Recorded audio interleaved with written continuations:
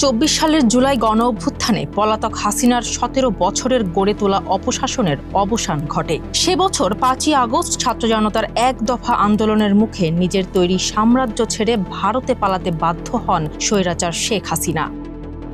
শেখ হাসিনার অপশাসন টিকিয়ে রাখতে কাজ করেছিল অনেক কুচক্রী মহল। বিশেষ করে তার রাজনৈতিক দলের ছাত্র সংগঠন ছাত্রলীগ ছিল পেটোয়া বাহিনীর ভূমিকায়। এছাড়া সংগঠনের বাইরেও শাসনামলে তাকে টিকিয়ে রাখার জন্য কাজ করেছে বিভিন্ন সাংস্কৃতিক সংগঠন এবং ব্যবসায়ী মহল। তবে এর বাইরেও ক্রীড়াঙ্গনের কিছু খেলোয়াড়কে তার হয়ে রাজনৈতিক সমর্থন করার অভিযোগ নতুন কিছু নয়। হাসিনার শাসনামলে অনেক ক্রিকেটারকেই দেখা গিয়েছে তার হয়ে রাজনৈতিক অবস্থান নিতে। এমনকি কিছু খেলোয়াড় সরাসরি তার দল আওয়ামী লীগের প্রতীক নৌকা নিয়ে নির্বাচনও করেছেন। ক্রিকেটার সাকিব আল হাসান তেমনই একজন ব্যক্তি। 2024 সালের বিতর্কিত নির্বাচনে আওয়ামী লীগের হয়ে নির্বাচন করেছিলেন সাকিব। এটি ছিল সেই নির্বাচন যা বয়কট করেছিল বিএনপি, জামায়াত সহ দেশের অন্যান্য রাজনৈতিক দল। সেই নির্বাচনে আওয়ামী লীগের দলীয় প্রতীকে অংশ নিয়ে নিজের জনপ্রিয়তা কিছুটা হারিয়েছিলেন এই সাকিব। নির্বাচনের কিছুদিনের মধ্যেই চলে আসে সেই মাহেন্দ্রক্ষণ, জুলাই আগস্টের ছাত্র জনতার গণ আন্দোলন, যে আন্দোলনের মুখে পড়ে দেশ ছেড়ে ভারতে পালিয়ে যেতে বাধ্য হয়েছিলেন ফ্যাসিস্ট হাসিনা। 2024 সালের 5ই আগস্ট পতন হয়েছিল হাসিনার গড়ে তোলা 17 বছরের স্বৈরাচারী শাসনের। সেই জুলাই গণ অভ্যুত্থানের সময়গুলোতে যখন ছাত্র জনতা এবং সাধারণ মানুষের ওপর নির্বিচারে হামলা চালাচ্ছিল সরকার দলীয় নেতাকর্মীরা, পুলিশ যখন সরকারের নির্দেশনা মেনে ছাত্রদের ওপর গুলি চালাচ্ছিল, ঠিক তখনই সাকিব আল হাসানের মতো ক্রিকেটাররা এসব বিষয় নিয়ে করেছিলেন কটাক্ষ।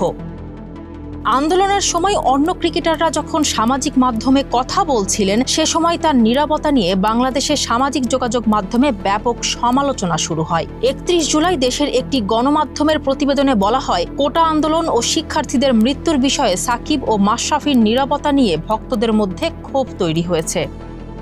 কানাডায় একটি ম্যাচ চলাকালে এক দর্শক সাকিবকে আন্দোলন নিয়ে প্রশ্ন করেন এবং তার নীরবতা নিয়ে ক্ষোভ প্রকাশ করেন। সেদিন সাকিব পাল্টা উত্তরে বলেন, what have you done for your country? Shakib 2024 সালের নির্বাচনে মাগুরা 1 আসনে আওয়ামী লীগের প্রার্থী হিসেবে নির্বাচিত হন। নির্বাচনের দিন তিনি নিজে ভোট দিয়ে জানিয়েছিলেন যে তিনি জয়ের ব্যাপারে আশাবাদী। তাই 2024 সালের জুলাইয়ে তিনি শুধু একজন ক্রিকেটার ছিলেন না, তিনি ক্ষমতাসীন আওয়ামী লীগের একজন সংসদ সদস্যও ছিলেন। অবশ্য 9 অক্টোবর তিনি নিজেই নীরবতার জন্য ক্ষমা চান। ফেসবুক পোস্টে প্রথমবার জুলাই আগস্টের আন্দোলন নিয়ে বিস্তারিত প্রতিক্রিয়া জানান। নিহত ও আহত শিক্ষার্থীদের প্রতি শ্রদ্ধা জানান এবং বলেন তার নীরবতায় যারা কষ্ট পেয়েছেন তাদের অনুভূতিকে তিনি সম্মান করেন এবং দুঃখ প্রকাশ করেন। তবে ততদিনে অনেক দেরি হয়ে গেছে। শেখ হাসিনা যেদিন ভারতে পালিয়ে গেলেন, সে সময় সাকিব আল হাসান ছিলেন কানাডায়। দেশের মাটিতে যখন ছোট ছোট বাচ্চারা জীবন দিচ্ছিল, হেলিকপ্টার থেকে ছোড়া অজস্র গুলিতে যখন ছোট্ট শিশুরা গুলিবিদ্ধ হয়ে মারা যাচ্ছিল, সে সময় সাকিব তার পরিবারের সদস্যদের নিয়ে গাড়িতে করে ঘোরার একটি ছবি পোস্ট করেছিলেন সামাজিক যোগাযোগ মাধ্যম ফেসবুকে।